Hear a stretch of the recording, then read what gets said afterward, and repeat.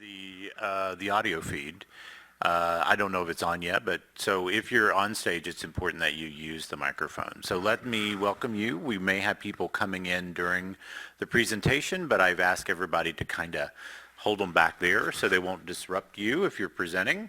This is me, John Dalton. Welcome, I say, on the thing. So what we're going to do is very quickly go over the competition. Now, most of you have, I think all of you came to the workshop. Did you come to the workshop? I don't know if I remember you, but maybe you had the flu. That's okay. And our judges have, I'm sure, done their homework and understand how the competition works. So I'm going to kind of skip this, but we're very pleased to have it here at the university. There are some rules, and so we're very strict with the rules, and I will be watching the competition to make sure rules aren't violated, but the judges will actually have the final decision as to whether or not you violated a rule and you should be disqualified. I have every confidence that you won't violate a rule, and the big one is our timer. And so what you don't want to hear is the bell. That's right. If you hear the bell, you are automatically disqualified, okay? So, and that is not a decision that we will overturn or we will be flexible on, unfortunately. So basically what's going to happen and the way it's going to work is that the timer will start. This is your area. The timer will start when you start. They're not going to tell you to start. So she will start when you start, okay?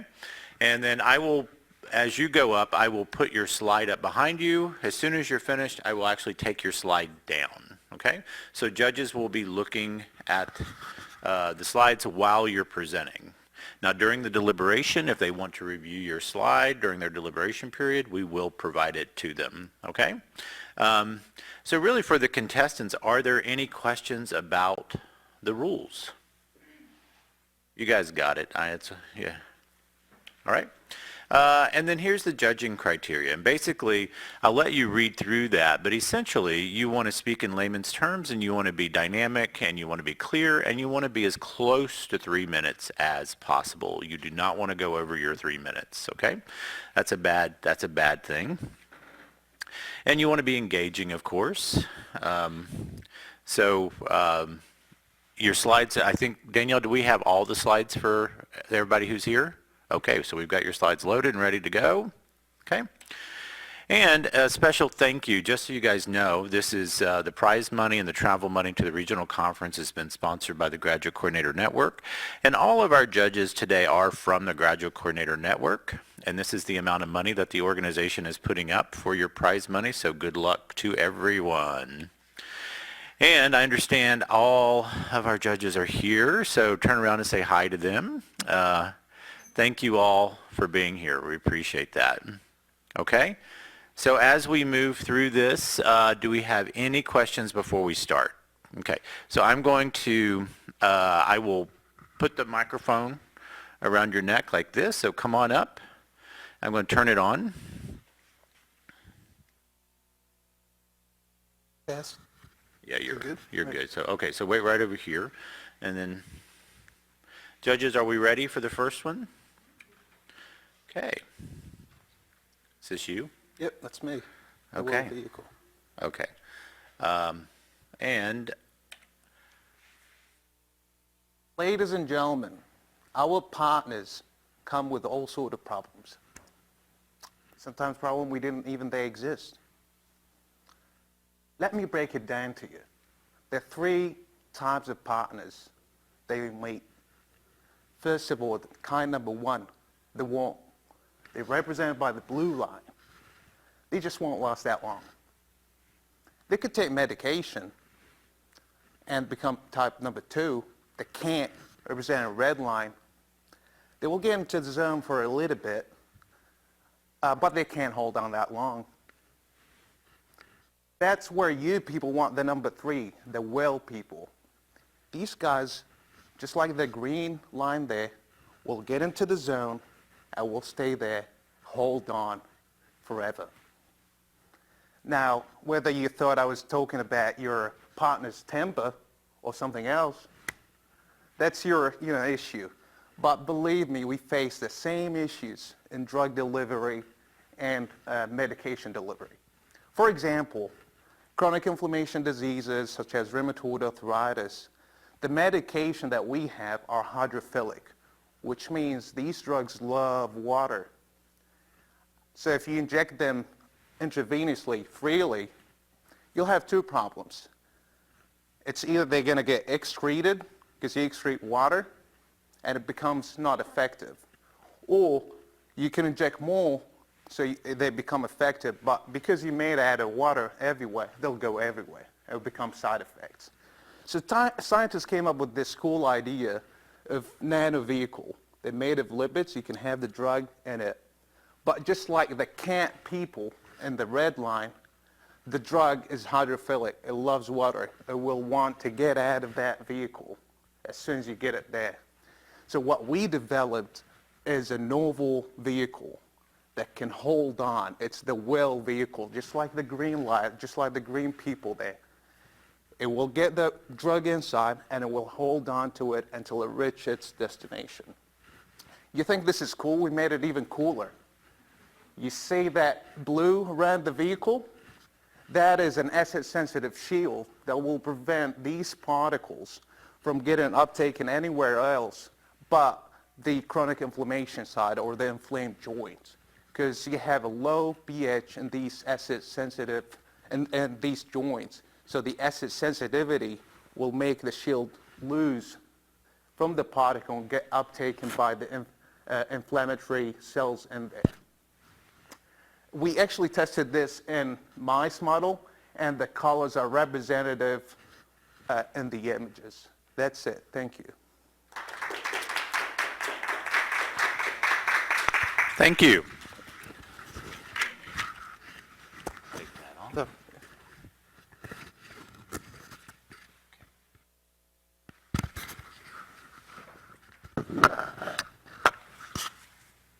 Is this person? No.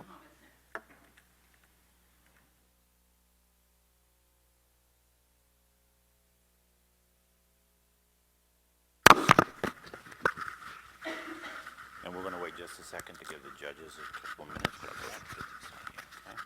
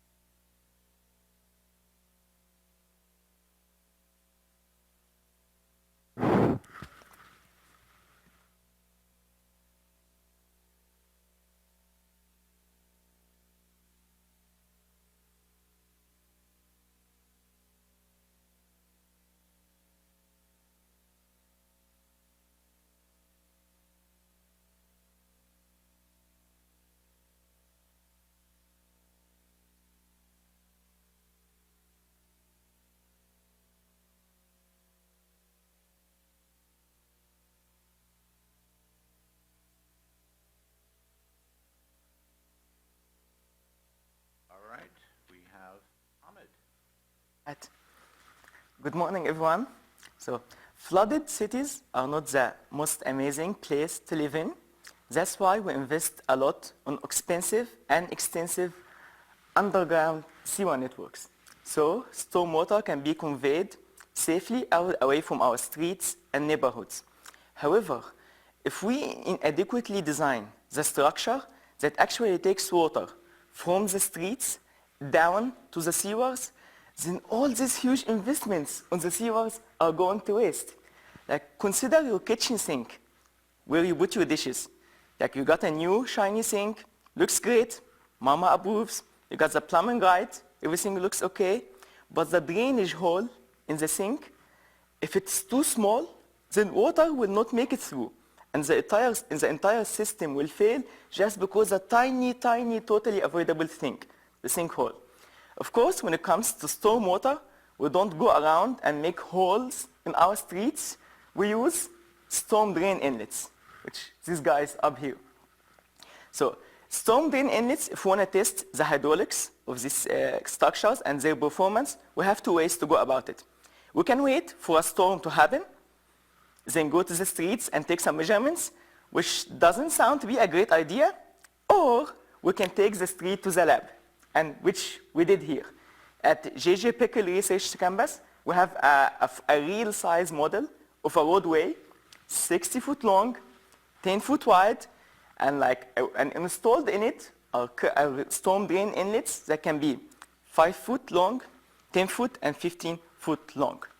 So the Federal Highway Administration recommended equations for the design of these inlets, and people have been using them for like 70 years.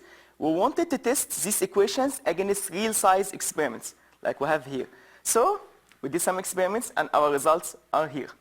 So in this axis, we have the measured inflow into the inlet, and here we have the computed flow into the inlet. And this is our match line, the gray line here. So if you have a point on this match line, it shows that the experiments and the equations match each other. However, if the point is above the match line, that means that the equations are overestimating the capacity of this inlet. Check out the results. So for a 5 foot inlet, we see that most of the points here in blue are on the match line, more or less. But for a 10 foot and 15 foot inlet, all the points are way above. That means for our larger inlets, they are taking way less than what we expect. So in our research, we defined the limitations in this equation and provided updated design guidelines to keep the streets of Texas safe and dry. Thank you. I was taking this one. Okay, yeah, you can.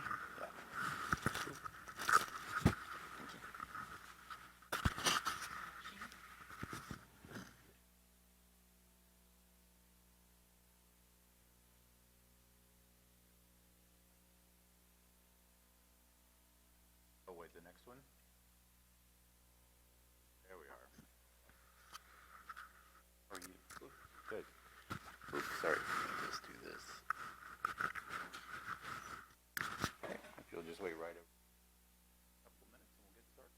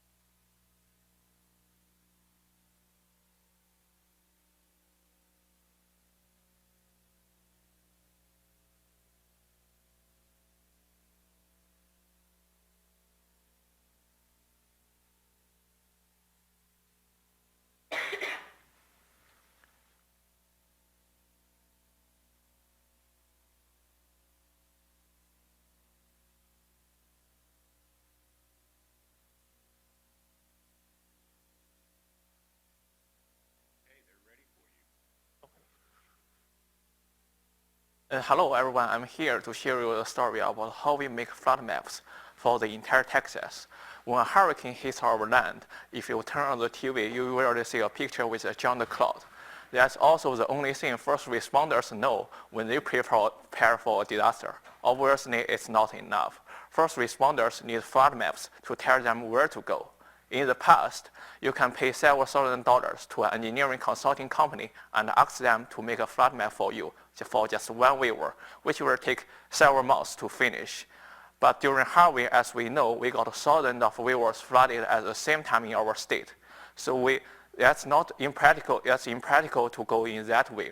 Therefore, we come up with a new method for making flood maps. This method is based on a concept named height above nearest drainage, which we call it as HAND. HAND is a kind of like relative elevation. Instead of considering the absolute elevation above the sea level, we measure how high a place is above the channel bottom of its nearest stream. So imagine there is a raindrop falling on top of this building. If we follow that raindrop, we will find out that the first stream it enters is Waller Creek.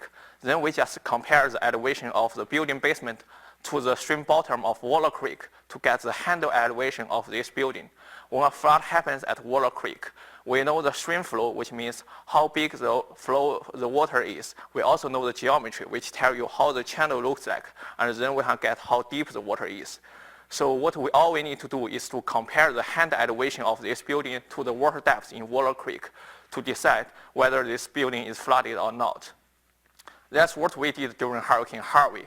So before hurricane hits our state, we have computed the hand for millions of buildings across the entire state. When hurricane actually occurred, we got the water depths for all the rivers across Texas from our model, and then we use hand to create flood maps. When we provide our flood maps to local emergency responders, they can use our map to decide where they can walk in to rescue, where they need a fire truck, and where they need a lifeboat. When we provide our maps to the state-level emergency responders at the State Operations Center, they can summarize the flooded house numbers by county. So in that way, they can get a sense of which county get most concerns, and it helps them to allocate limited resources across different places during a disaster. So that's my research, which starts at UT and eventually changes the world. Thank you.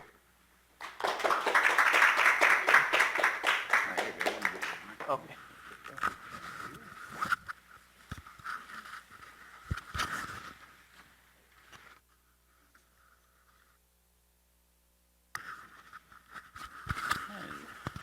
This is better than like the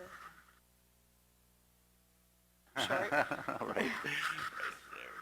Thank you. Oh, you're good. Okay, you're on. Is that, That's perfect. do I sound louder? Oh, sorry. It's probably good for me to just like practice using my voice a little bit. I don't want it to choke up.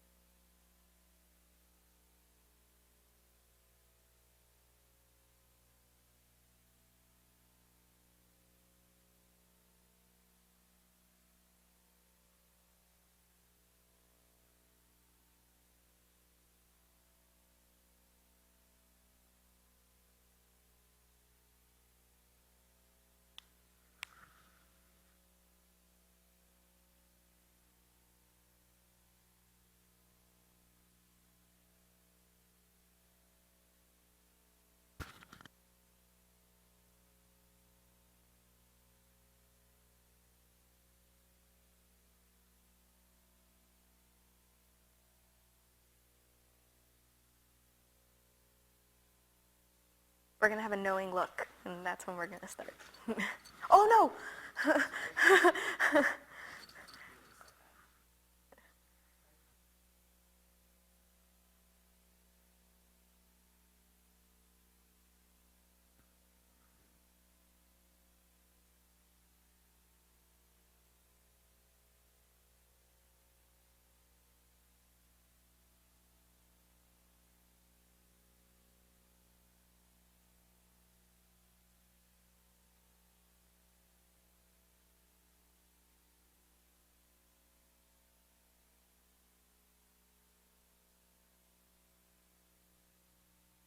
Believe in you.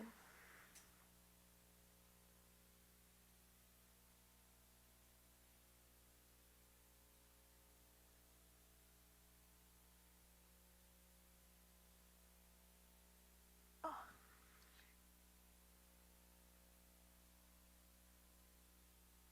Ready when you are. No, please, I'm sorry. Well, good morning, everybody. My name is Nora Ashora, and I work at the George U Lab here at UT Austin, fighting cancer. And without bombarding you with a lot of statistics, I think we can all comfortably agree that cancer is a critical public health issue, with almost 40% of Americans expected to be diagnosed with some form of cancer in their lifetime. And while we know that treatments are getting better, we're still fighting an enemy that we don't completely understand. And because of that, the way that many treatments work is by affecting both your body's cancer cells and your body's healthy cells. Lucky for us, our immune system, the same one that we would use to fight off a cold or the flu, can tell the difference between your body's healthy cells and your body's cancer cells. Your body can sense when something is misbehaving and then targets it for removal. So naturally, cancer developed a way to disguise itself from your immune system. And to further clarify where I come into this story, I'm going to level with you using Star Wars. Imagine for a moment that cancer is the evil galactic emperor Palpatine. Generally bad, has a secret identity, and he uses that secret identity to rise to power. Much like Palpatine, cancer has a trick to disguise itself from your body, and it lets it rise to power. The rest of your body is everybody else in the Star Wars universe who seems to have no idea who cancer really is, and us, we're the audience, yelling at the television because it is so obvious that Palpatine is evil and corrupt. What my work aims to do is give the knowledge of the audience back to your body. The way that my treatment works is by tearing away the mask that cancer uses to hide from your immune system. And in doing so, it allows your immune system, the Jedi, if you will, to use the Force to stop cancer without as much collateral damage to your body. This approach is very unique for my field. Most cancer treatments work by affecting both your healthy cells and your cancer cells. But my work draws a clear distinction for the light side, ensuring that they remain unharmed. And the best part is that your body can do this naturally. It just needs my help to take away cancer's defense mechanism and expose it for what it really is. Hopefully the treatment that I am working on will help patients beat cancer without as many harmful side effects to their body. And at the same time, it's going to help us scientists learn more about the tricks used by the dark side. I'd like to thank the Graduate Coordinator Network for hosting this competition today. Thank you all for your attention, and may the Force be with you.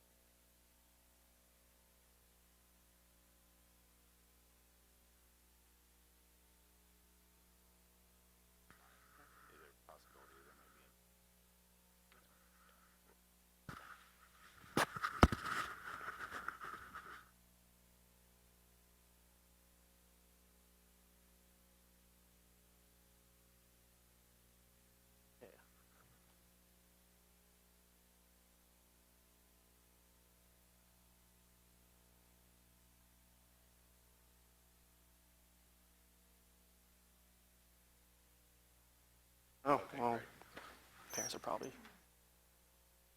our parents, whatever. They'll see it Do you later. say parents? Yeah, Yeah, that's probably Yeah, that may be the case. oh well. That'll do it.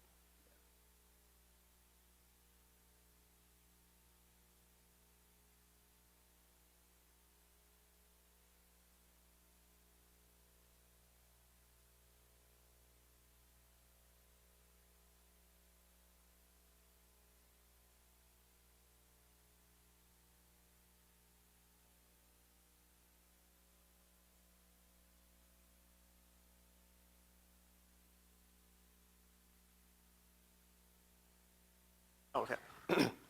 Currently, a widely used imaging technique to diagnose cancer is magnetic resonance imaging, or MRI. However, there are three major concerns with diagnosing and treating cancer cells: determining a universal method to detecting the tumor early, minimizing the use of invasive measures, and improving treatment efficacy and reducing side effects. Imagine, if you would, if I turned on a flashlight in this room, would you be able to see a noticeable difference? Now, suppose I turned off the ceiling lights and I turned on that flashlight. I'm sure at this point, all of you would easily be able to determine the location of that flashlight. In an MRI, tumors are known to give off a brighter signal than normal cells. However, if the tumor is very small, differentiating a cancerous growth from the surrounding normal tissues is analogous to finding a hidden flashlight in an illuminated room. It's plausible, but very challenging. MRIs use a very powerful magnet to detect hydrogen in tissue. However, there's a major concern with this. The body's made up of roughly 70% water, and water, or H2O, has two different hydrogens in them. So, in a normal hydrogen MRI, the cancer cells are the flashlight, and the surrounding normal cells are the lights in this room. Now consider, if you will, if we can take an MRI with something other than hydrogen. Say fluorine. Fluorine is a suitable element for MRI probes because there's no detectable fluorine in the body. My research focuses on making MRI probes with fluorine in them that are selective toward cancer cells. So, when the cancer cells takes up my MRI probe, it gets trapped inside. However, a normal cell is able to freely allow the probe to move in and out. Therefore, the accumulation of my probe inside of the cancer cells causes them to give off a brighter signal in a fluorine MRI, and virtually no signal in the surrounding normal cells.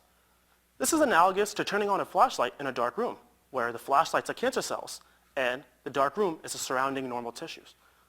Indeed, this will help detect the tumor earlier. My research is also focused on making a probe that not only is able to detect the cancer early using fluorine MRI, but also delivering a drug to kill the cell. This will not only revolutionize diagnostic approaches to treating the cancer, but should also help the doctor facilitate the treatment. I would like to also finish by saying that this is just the start of my work here at UT Austin, and I look forward to seeing what the future of science holds. Thank you.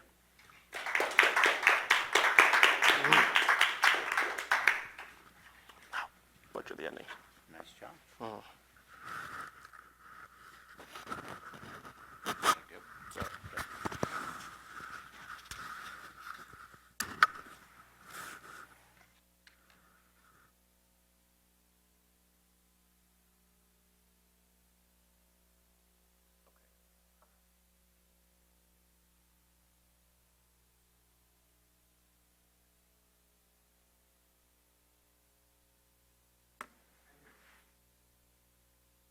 Okay, so we had several people who were no-shows.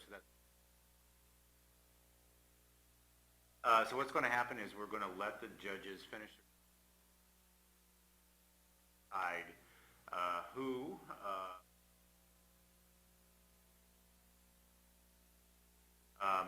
my guess is, since we have a little extra time, set a time and say about 30 minutes. There's no set number. We're just going to.